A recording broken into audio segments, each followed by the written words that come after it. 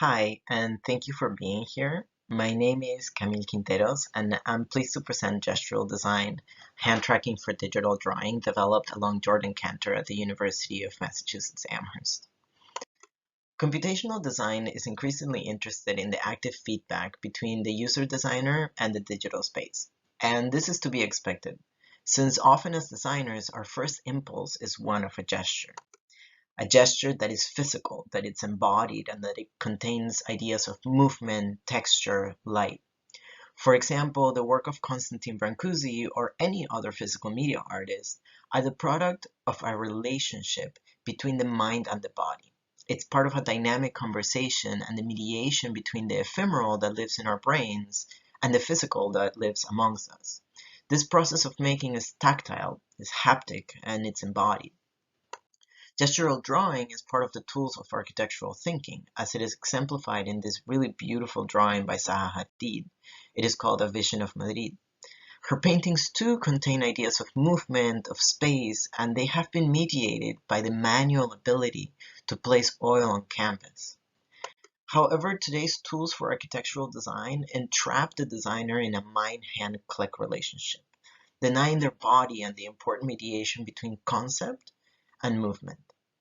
So this project asks, can we translate gesture into the digital space, thus transforming the human-computer relationship as we consider it to be critical for creative output? What we propose is a feedback loop that goes from physical gesture to digital model and then back to physical through 3D printing. This provides the user with an opportunity to have a physical interaction with the gestural model and tweak accordingly. The proposal is one that incorporates bodies as gesture makers, as well as bodies as tactile feedback generators. Virtual reality is a plausible platform for this research. However, issues of economic accessibility and GPU performance requirements become immediately apparent. We sought to find an option that was nimble, that was open source, and that was universally accessible. Machine learning has been recognized as a viable alternative for gestural translation and human-computer interaction since as early as 1997. However, the development of machine learning had not achieved the desired results until recently, when in 2020, Google released the Hans MediaPipe library. Hans MediaPipe uses two methods of prediction. First, palm recognition. The question is there a palm in the image or is there not? And if there is a palm in the image, is that the same palm that I was looking at before, or is it a new palm? And second, it uses a landmark recognition once it has specified the palm. This landmark recognition pinpoints 21 points on each hand. This approach is so nimble that Hans MediaPipe can be run with any RGB camera using as little processing power as the ones available on a cell phone or a mobile device. For our project, all we had to use was a laptop camera, and that was it. In the research, we tested a workflow for translating from physical hand gesture to digital point cloud model using MediaPipe hands and the computer webcam. Through a process of coordinate sampling and scaling, we were able to produce spatially accurate recordings of hand gestures. We then developed one possible process for translation of that point cloud into a robust geometry, and finally to translate that resulting digital geometry into a physical form via 3D printing. By closing the circle from physical gesture to digital form to physical form again, this research sought to initiate a feedback loop that could allow for an interactive exploration of the design possibilities in the intersections of physical gesture and digital geometry.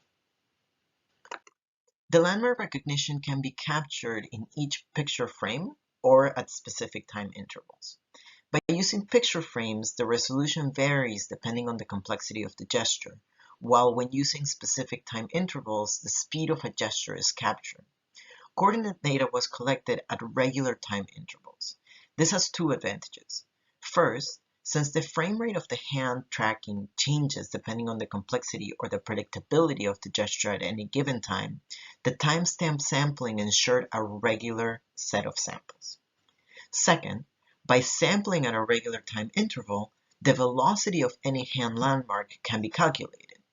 This is the result of the distance between any two sequential points divided by the time interval, which would give us the velocity. This was taken advantage of in a subsequent process, which I will discuss.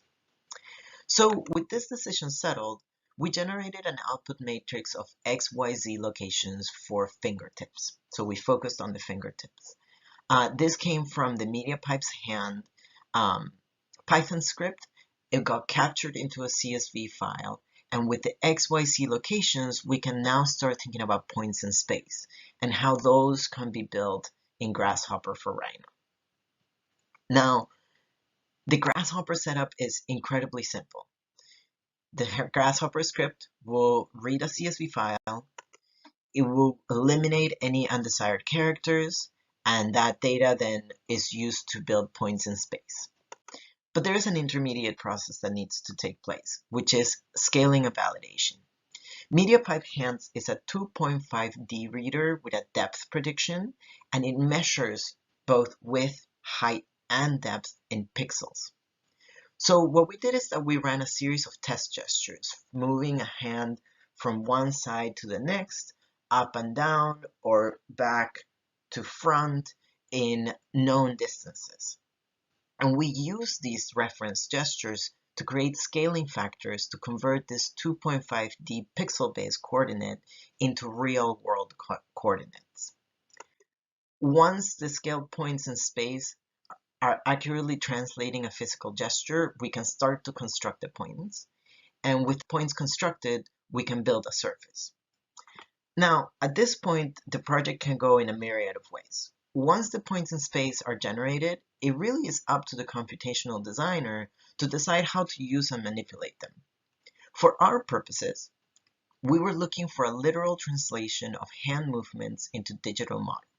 So we decided to connect each fingertip with a line and to loft those lines into a singular object.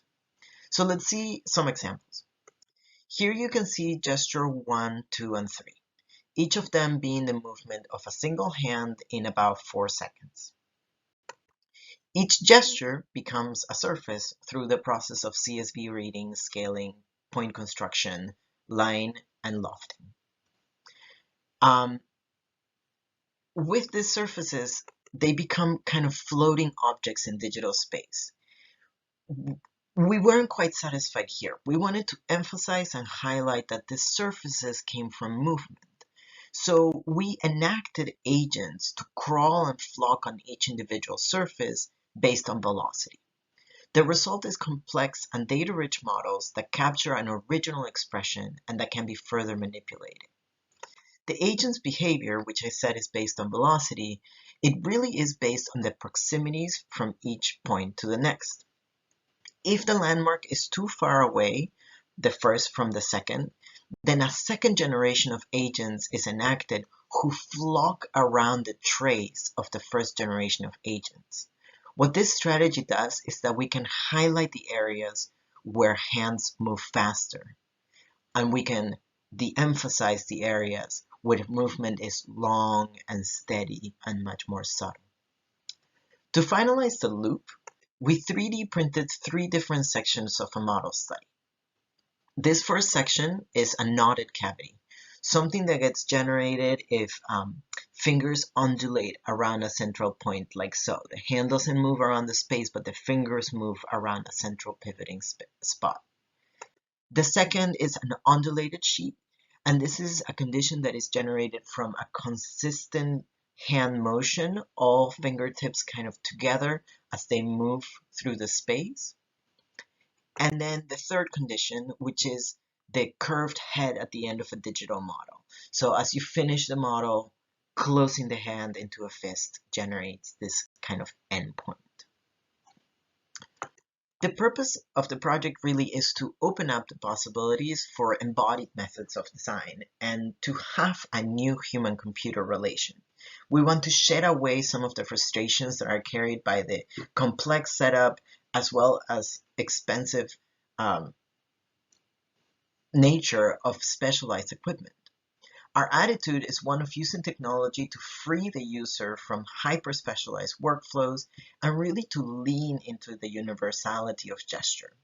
We set out to design a workflow that translates hands into digital geometry and then back to physical form through 3D printing. In particular, the use of artificial intelligence and machine learning provides a platform to record and create robust digital models using just a laptop and a webcam.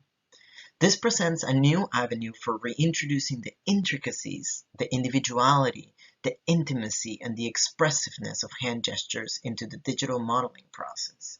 This workflow suggests a much more inclusive approach to design and digital form making. It opens the possibilities for leveraging the universal language of hand gestures as a direct driver of design and processes of form making. This has the potential to liberate the designer or the design expert from the limitations of conventional user interface tools, such as a keyboard and a mouse, or having the exact knowledge of what you want your parametric model to do. This creates a much more embodied, less mediated user-face experience. It also suggests the potential for non-experts to engage in the design process in a more direct way, allowing their own expressive gestures to be translated into digital and physical form. By tying this workflow into a broader network of DIY makers, artists, and designers, we are only expanding the possibilities of form making in the future. And with that, I just want to thank you for listening and for your time, and I really look forward to our panel discussion. Thank you so much.